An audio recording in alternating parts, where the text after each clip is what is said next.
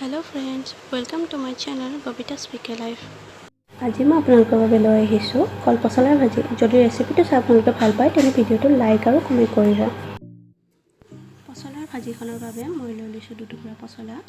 বাহিৰৰ বাকলিখিনি এৰুৱাই মাজৰ কোমল অংশখিনি লৈ ল'ব আৰু এইখিনি সৰু সৰুকৈ কাটি লৈছোঁ। আপোনালোকে এইখিনি ডাঙৰ ৰুকনিৰ সহায়তো ৰুকি ল'ব পাৰে। পচলাৰ ভাজিখনত দিবলৈ মই বুট বইল কৰি লৈছোঁ। লগতে লাগিব আমাক গোটা জিৰা, আদা, জলকীয়া মই মিহিকৈ বটি ল'ম।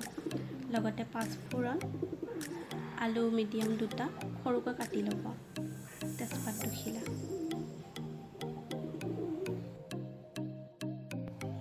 এতিয়া মই কেৰাহীত অলপ তেল গৰম হ'বলৈ দিছোঁ।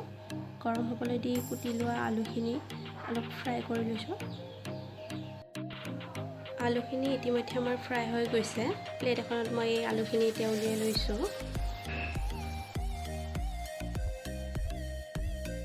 এতিয়া কেৰাহীত পাঁচফোৰণ আৰু তেজপাত দি গৰম হ'বলৈ দিছোঁ। লগতে কুটি থোৱা পচলাখিনিও দি দিছোঁ। দি পেলাই মই এতিয়া লৰাই দিছোঁ। পচলাখিনি কিছু সময় লৰাই মই ইয়াতে বইল কৰি থোৱা বুটখিনি দি দিছোঁ। কিছু সময় ঢাকোন মাৰি ইয়াত মই সোৱাদ অনুসৰি নিমখ, হালধি, জলকীয়াৰ গুড়ি আৰু লগতে বটি থোৱা আদা, জিৰা আৰু জলকীয়াৰ পেষ্টখিনিও ইয়াতে দি ভালদৰে পচলাখিনি লৰাই দিছোঁ। তাৰপাছত ভাজি থোৱা আলুখিনি লগতে সোৱাদৰ বাবে মই কেইটামান চয়াবিনো দি দিছোঁ।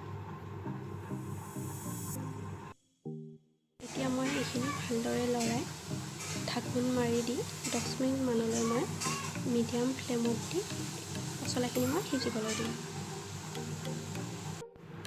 মাজতে এবাৰ দুবাৰ ঢাকনিখন খুলি মই চেক কৰি থাকিম। মই পুনৰ ঢাকনিখন খুলি লৰাই দিছোঁ।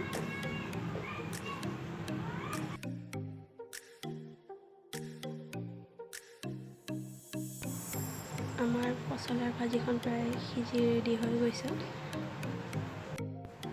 পচলাৰ ভাজিখিনি মই এখন কলপাতত সজাই লৈছোঁ। আপোনালোকে পচলাৰ ভাজিখিনি ভাতৰ লগতো খাব পাৰে।